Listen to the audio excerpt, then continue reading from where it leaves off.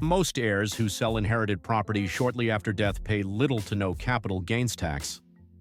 The reason is a tax rule called stepped-up basis. In plain English, the IRS usually does not calculate your gain based on what your parent, grandparent, or other original owner paid for the property. It usually calculates your gain based on what the property was worth on the date they died. That is the key distinction. If your parent bought a house decades ago for a very low price, you usually do not inherit that old low basis. You usually inherit a new basis equal to the date of death value. I'm Rhett Fruitman, co-founder of Inherited Property Match. My background includes City Private Bank, CBRE, and helping families navigate inherited property sales across the country. This is general information, not tax, legal, financial, or real estate advice.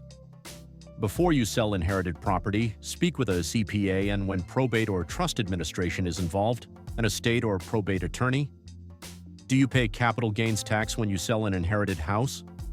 Sometimes, but usually only on the gain above the stepped-up basis, not on all the appreciation that happened during the original owner's lifetime. Stepped-up basis means the tax basis of inherited property is usually reset to the property's fair market value on the date the previous owner died.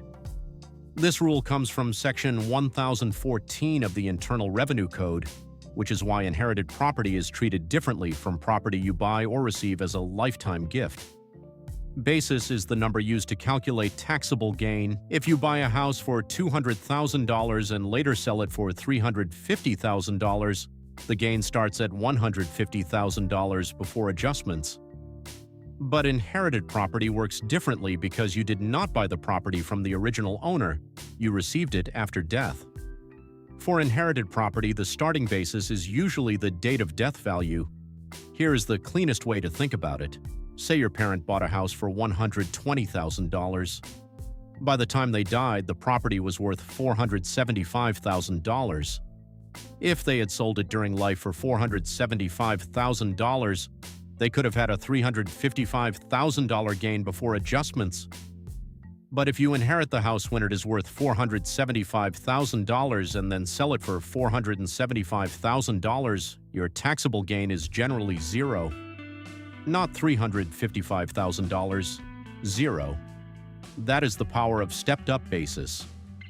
If you hold it for 2 years and later sell it for $510,000, now there is a potential $35,000 gain because the post-death appreciation is what becomes relevant. This is also why inherited property and gifted property are not the same thing for tax purposes. If someone gives you appreciated property while they are still alive, you often receive the donor's old basis. That is called carryover basis. If the same property is inherited after death, the basis may step up to market value. Inherited property usually gets a stepped-up basis, while gifted property often carries over the original owner's lower basis. This is the most important part of the entire video. If you understand stepped-up basis, the rest of the capital gains question becomes much easier. Heirs owe capital gains tax only when the sale creates gain above adjusted basis. For inherited property, adjusted basis usually starts with the stepped-up date of death value. Selling costs, improvements, depreciation, and other basis adjustments can change the final gain calculation. The step-up usually protects the appreciation that happened before death. It does not protect appreciation that happens after death. Using the same example, if the house was worth $475,000 on the date of death and you later sell it for $510,000, the potential gain starts around $35,000 before adjustments. That is very different from being taxed on the full difference between $120,000 and $510,000. How do you avoid capital gains tax on inherited property? The cleanest answer is that you sell before the property appreciates above its stepped-up basis. If the sale price is close to the date of death value, there may be little or no taxable gain. For federal tax purposes, inherited property is generally considered held for more than 1 year, regardless of how long the heir actually owned it. Because inherited property is generally treated as long-term, the federal capital gains rate is usually 0%, 15%, or 20%, depending on taxable income, not the higher short-term ordinary income rate. As of 2026, Higher income taxpayers may also owe the 3.8% net investment income tax. Verify the current rate thresholds with a CPA before selling because your actual result depends on your full tax picture. Federal tax is also only one layer. State tax may apply too. In many cases, the state where the property is located matters, even if the heir lives somewhere else. If you inherit property in another state, the property state is usually the first state to check for a capital gains tax. Your resident state may also matter, so confirm the state treatment with a CPA before closing, not after closing. Holding inherited property longer can create taxable gain. Renting inherited property can trigger depreciation, recapture taxed at a rate up to 25%.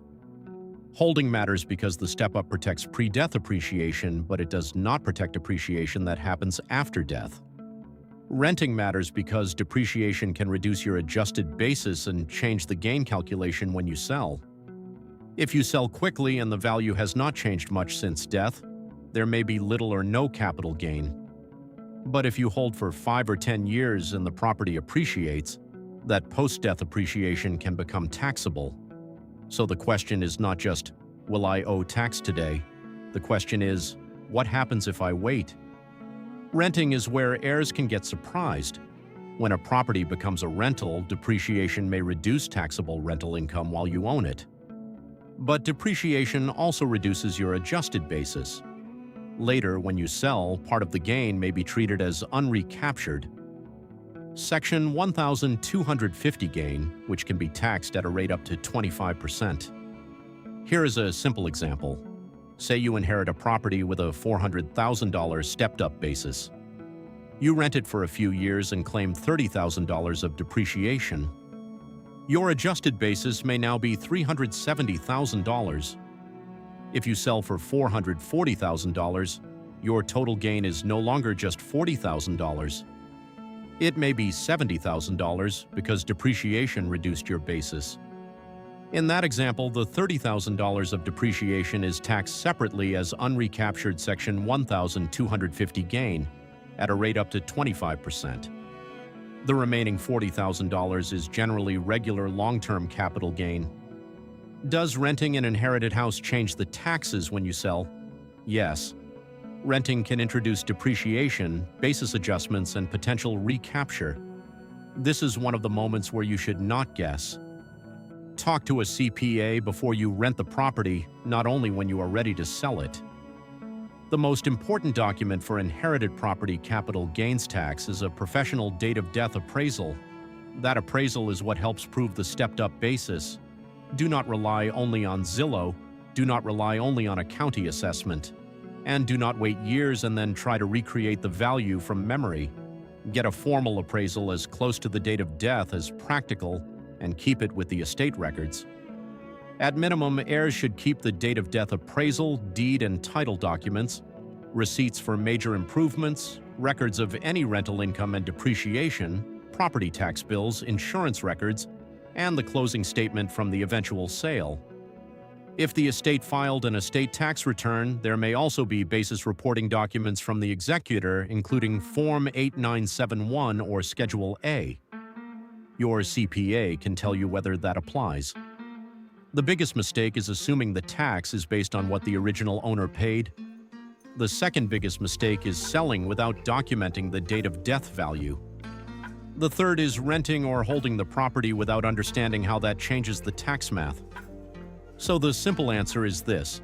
Most heirs do not pay capital gains tax on the original owner's lifetime appreciation. They usually owe tax only on appreciation above the stepped-up basis, and many heirs who sell relatively soon after death owe little to no capital gains tax. If you inherited property and need help, finding a broker who understands estate-related sales, inherited property. Match can connect you with a vetted broker experienced with inherited property. The match is free.